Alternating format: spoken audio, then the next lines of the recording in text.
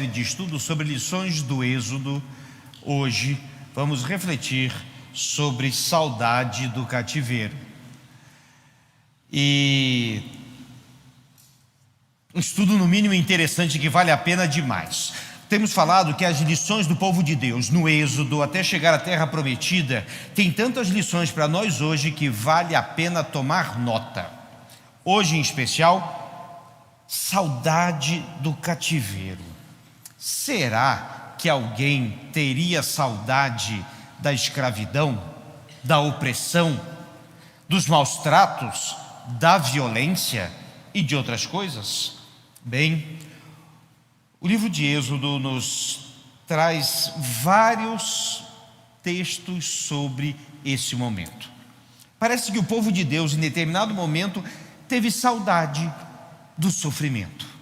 Mas vamos entender isso. Vamos ver alguns textos bíblicos que falam sobre isso e vamos tirar lições para a nossa vida. Assim, convido você a abrir a sua Bíblia em Êxodo, capítulo 16. Na verdade, desde o verso 15, do capítulo 15, a gente vai encontrar isso, mas em Êxodo 16, verso 3.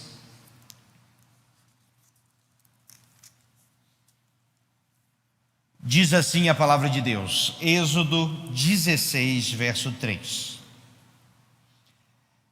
Só para dar um contexto, o povo havia chegado para um deserto, chamado deserto de Sim, e eles começaram a sentir fome, e eles começaram a reclamar, e disseram assim: disseram os filhos de Israel, quem nos dera tivéssemos morrido pela mão do Senhor na terra do Egito, quando estávamos sentados junto às panelas de carne e comíamos pão a fartar, pois nos trouxeste a este deserto para matardes de fome toda esta multidão. Logo em seguida, Moisés ora e vem o maná do céu, e eles são alimentados até o fim da jornada. Avançando no texto bíblico, mais um capítulo, agora capítulo 17, no verso 3, diz assim, só o contexto antes, o povo chegou no deserto, já tinham comido, agora tinham sede e queriam água. E diz assim a palavra de Deus, também no verso 3, tendo aí o povo sede de água, murmurou contra Moisés e disse: por que nos fizeste subir do Egito para nos matares de sede a nós, a nossos filhos e aos nossos rebanhos? E então chamou Moisés ao Senhor, e Deus mandou que Moisés pegasse o cajado, batesse na pedra, e então saiu água. Esses episódios vão se repetir em outros momentos, da vida do povo de Deus. Destacamos apenas esses dois. Será que era síndrome de Estocolmo? Síndrome de Estocolmo é uma síndrome de quando alguém é sequestrado e o sequestrado fica afeiçoado ao seu sequestrador. Porque não é possível em cada problema, em cada probleminha desse, o povo reclamava, olhava para trás e tinha saudade. Era uma nostalgia que beira a doença. Como após tantos milagres, tanta libertação, tanta demonstração do poder de Deus, esse chamado povo de Deus não entendia. Estudando esses dois episódios, podemos ter uma ideia do que eles passaram. Algumas observações iniciais. Primeiro, eles estavam com fome e com sede. É curioso que num episódio foi fome, o outro sede. Necessidades essenciais para todos nós. Eles estavam impacientes. E veja que quando começou a jornada, alguns, e como todos nós, gente? Quando a gente vai começar uma jornada, a gente tem a impressão que ela vai ser rapidinha. Ou é um curso que a gente faz, ou é uma prova que a gente tem que fazer, ou uma situação ou um tratamento de saúde. A gente começa achando que amanhã a gente vai embora. É como a gente quando é internado. Tive a experiência agora de ser internado e não tem nada melhor da internação quando você vai embora. E você fica nessa ansiedade e nessa impaciência. Cadê o médico para dar alta? Cadê o médico para dar alta? E o médico não aparece. Parece que isso é muito humano. Havia se acostumado ao cativeiro. Veja bem, no cativeiro egípcio, principalmente nos últimos anos, eles tinham o básico. Embora eles digam aqui que havia pão de fartar, isso não é realidade, eles tinham o básico. Além disso, o faraó estava oprimindo a cada um deles, com mais trabalho, menos infraestrutura. Estava dando condições de escravidão para todos eles. Mas eles se acostumaram ao cativeiro. Isso é terrível. Era uma estabilidade errônea e corrosiva na realidade. Eles também não sabiam com certeza para onde iriam, que isso era um outro desafio. Falava que era para a terra prometida, uma terra que mana leite e mel. Mas naquele tempo, sem celular e sem fotografia digital, eles não tinham muita ideia do que viria a seguir. E isso também, o desconhecido causa muito medo e receio. E aí, lembramos de mais uma observação. Tinham um imediatismo em todas as situações. Como eu disse, parece que eles queriam tudo para agora. Tinham passado um tempo, tanto que no episódio do bezerro de ouro, que a gente já viu, a gente nota que Moisés passou 40 dias lá e o povo agoniado, nada de Moisés descer. E reclamavam no relógio, um calendário, passou 10 dias, 20 dias, 30 dias e nada de Moisés. Com 40 dias e já agoniados, vamos fazer um bezerro de ouro. Aqueles mal chegaram, o estômago mal roncou e eles gritaram por fome. Tinha um imediatismo. Mas eu olho para essas observações também e olho para nós mesmos. Nós também temos fome e sede e outros desejos.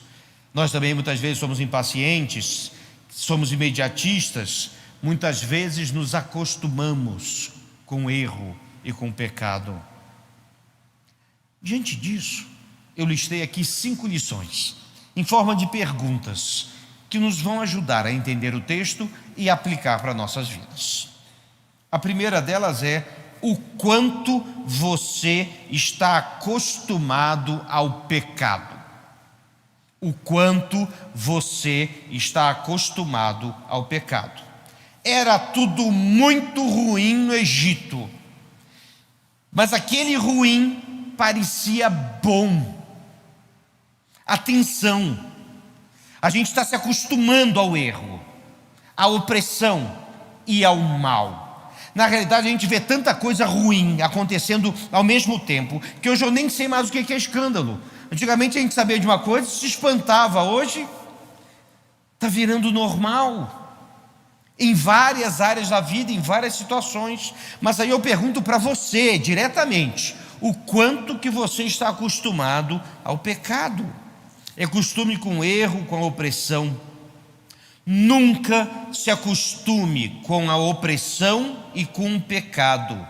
Sujeira continua sendo sujeira, apesar de você se acostumar com o cheiro. Eu sempre falo aqui na igreja, eu sempre gosto de lembrar, quem é da roça e já tratou com chiqueiro, mas é chiqueiro raiz, tá? Não é esse chiqueiro hoje que tem ar-condicionado, não. É aquele chiqueiro raiz. É um cheiro, gente, que é um negócio de doido. Que cheiro pavoroso. Mas quando você começa a trabalhar no chiqueiro, com o tempo, acostuma com o cheiro. Assim é com quem trabalha com lixo, assim é com quem trabalha com material degradante, assim é com quem peca. Acostuma com o cheiro, mas continua sendo pecado. Por isso, nunca se acostume com o pecado. Segunda lição: como você reage em situações adversas? O povo chegou, sentiu fome, era um problema, claro que era um problema. Sede era um problema? Claro que era um problema. Quando o faraó vinha com o exército, era um problema? Claro que era um problema. Em outro momento também era problema, sim. Veja bem, no deserto, escassez é o normal, não a abundância. Ou seja, quando eles entraram naquela jornada, eles sabiam que haveriam situações difíceis. Eu gosto de falar, quando vem um jovem e começa a enfrentar os primeiros problemas da vida, e muitos dessa nova geração, eles vêm e reclamam, e então eu digo, com uma certa satisfação, bem-vindo à vida, é assim mesmo. Entenda como você está reagindo a situações difíceis. Sabe o que tinha no deserto? Batalhas e guerras. Animais peçonhentos e perigosos. Havia doenças, escassez e outras situações. Entenda que o povo reagia murmurando e com saudade do cativeiro. Como você reage a isso? Ao iniciar uma caminhada pelo deserto, prepare-se. Prepare-se emocionalmente, fisicamente e espiritualmente. Jesus foi levado ao deserto para ser tentado. Passou 40 dias em jejum, enfrentou as tentações terríveis de Satanás e no final venceu. Jesus, ele estava pronto para aquela jornada no deserto. E então ele transformou os 40 dias de fome e sede em um jejum espiritual. Transformou o deserto em templo, onde ele estava na presença do Senhor. E transformou a luta com Satanás em vitória, porque Jesus estava preparado para as adversidades. E aí vem a pergunta para nós, mais uma vez: o quanto que você está preparado para as adversidades da vida? A gente vive tempo que a gente chama da geração mimimi, que é todo mundo com ai, eu cortei o meu dedo numa folha de papel, o meu mundo acabou. Bem, saiba que na vida teremos situações adversas e devemos nos preparar para elas. Interessante como Deus nos avisa e como a gente precisa se preparar. Terceira lição: o quanto ansioso você é. Chega a dar uma ansiedade de falar sobre esse tema. Ansiedade é a ânsia de algo que talvez aconteça. É o problema do nosso tempo, mas note, gente, a história mudou, os tempos são outros, a tecnologia é outra, mas o homem continua sendo homem. E o povo de Deus estava ansioso pela terra prometida, para sair dali, por tudo. E eu pergunto, quão ansioso você é? Em todas as reclamações, muito de ansiedade e muito de impaciência. E é claro que havia necessidade, isso não se questiona. E no plano de Deus, aquelas necessidades seriam saciadas, mas eles estavam tão agoniados. E será que a gente não está assim hoje também? Era o povo de Deus, liberto por Deus, guiados por Deus, literalmente até onde eles estavam, e eram, meus irmãos, guiados até a terra prometida. Diante de tudo isso, a ansiedade, o imediatismo, a impaciência tomou conta deles e começaram a reclamar mais e mais. Aqui tem um misto de medo, de falta de fé e de outras coisas que acontecem naquele momento. Isso vai piorar. Por isso, creia em Deus, Senhor de tudo e de todos, que nos libertou, nos guia e está conosco agora. A fé é uma ferramenta poderosa contra a ansiedade, não apenas o Rivotril. É interessante pensar em nossos dias, e claro, e veja, e sempre temos falado, um medicamento bem receitado é bênção. Só que a dependência e a falta de fé tem aumentado em muito a ansiedade. O quanto está a sua fé? Jesus sempre perguntou isso e sempre quis saber quão grande ou pequena era a fé de cada um. O quanto ansioso você é. Quarta lição: você lembra exatamente como era? Aqui a gente vai notar algo muito curioso. Eles ficavam lembrando da mesa, da carne, da água.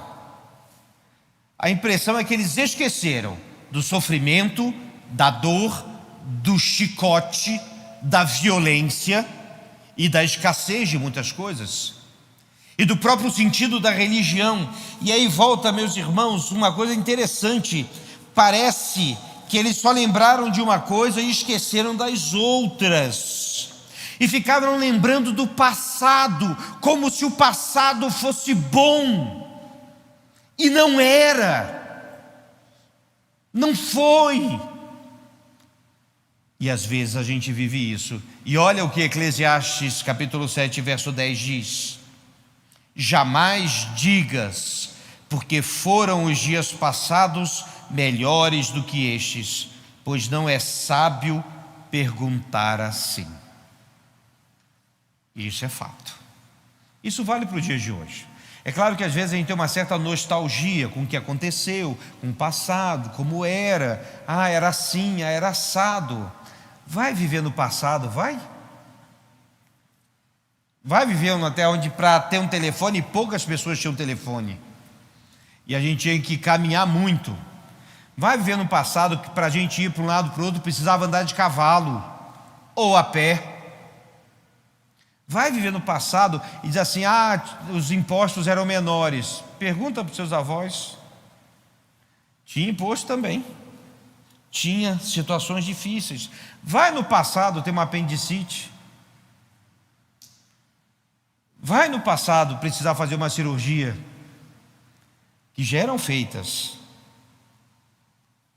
Cuidado, o povo de Deus falhou nisso, e muitas vezes a gente falha também. O quanto você lembra exatamente como era no passado. Viva o presente com a sabedoria do passado, a ousadia no presente e esperança no futuro. É o nosso desejo. Quinta e última lição: o quão descontente e insatisfeito você está com a sua realidade. Insatisfação e nostalgia foram sentimentos observados aqui. Mas há uma diferença entre estar insatisfeito e querer voltar para trás, e estar insatisfeito e querer avançar para frente, e crescer, e mudar, e melhorar. Você precisa distinguir isso. A Bíblia aponta muitas vezes sobre o perigo de olhar para trás.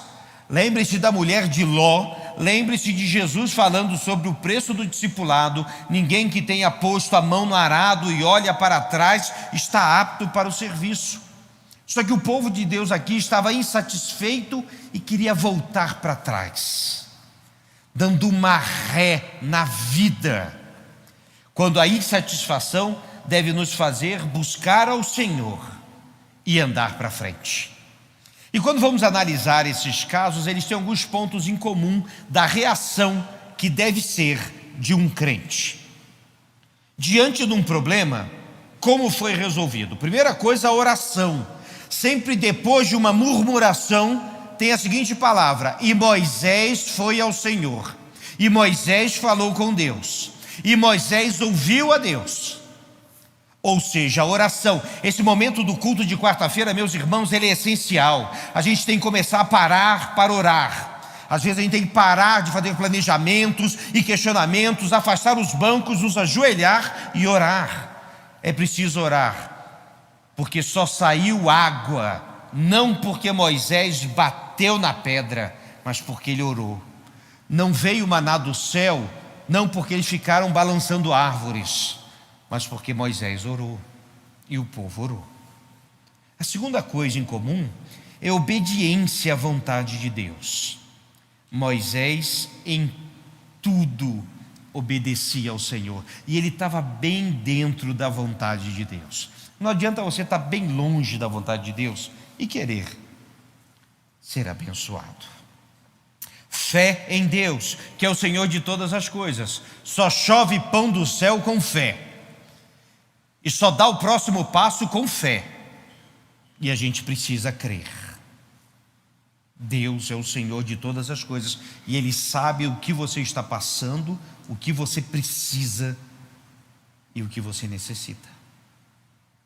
Atitude dentro da vontade de Deus, mas você precisa fazer a sua parte.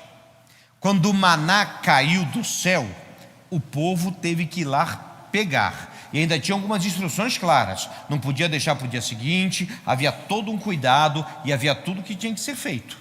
Não podia deixar, que não estragava, tinha que ser colhido e tudo mais. Temos que fazer a nossa parte, não tenha dúvida disso. Eu falo que muitas vezes a gente erra, e muitas vezes a gente vê uma pessoa se afogando na piscina, aí a gente fica na margem gritando assim: nada, nada. Não, ele precisa que você pule dentro d'água e salve ele. Claro, se você souber nadar. Ação de graças por tudo que Deus fez, e reconheceram o que Deus fez na vida de cada um deles. Meus irmãos, essa saudade do cativeiro se aplica a tantas coisas para nós hoje, tantas coisas, coisas que vivemos nos dias de hoje, na vida, muitas vezes na igreja, muitas vezes saudade do pecado, muitas vezes saudade de uma vida de pecado, e mesmo de um passado que não vai voltar. Por isso, aprendamos mais estas lições e nunca esqueçamos que Deus é e continua sendo bom. Vamos ouvir a música inspirativa.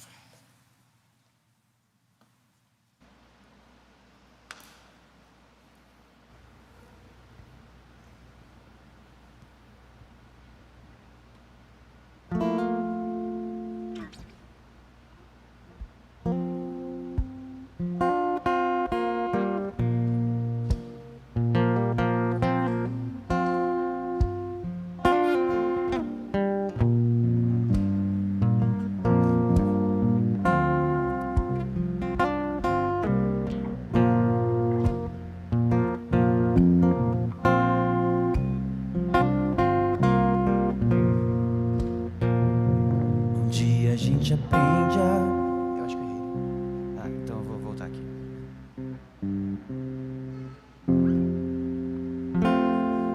Um dia a gente aprende a confiar em um Deus que faz milagres, que ouve a nossa oração e que se faz presente aqui. Um dia a gente aprende a dar um passo só de cada vez, mas sem duvidar, mas sem duvidar, que Ele continua sendo bom, Ele continua sendo Deus, Ele continua sendo bom, Ele continua sendo Deus.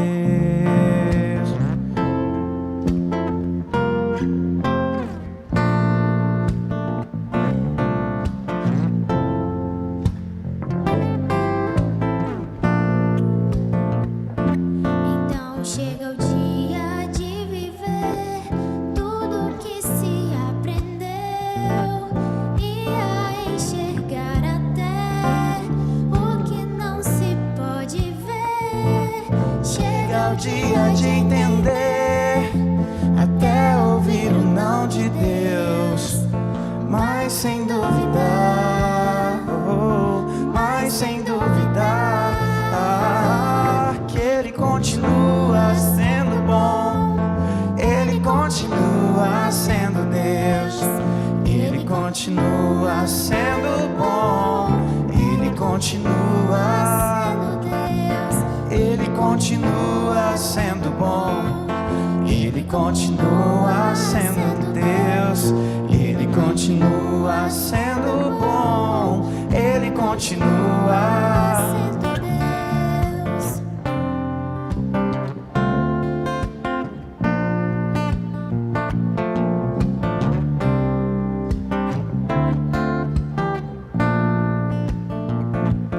Ele continua sendo bom. Ele continua sendo Deus. Ele continua sendo bom. Ele continua sendo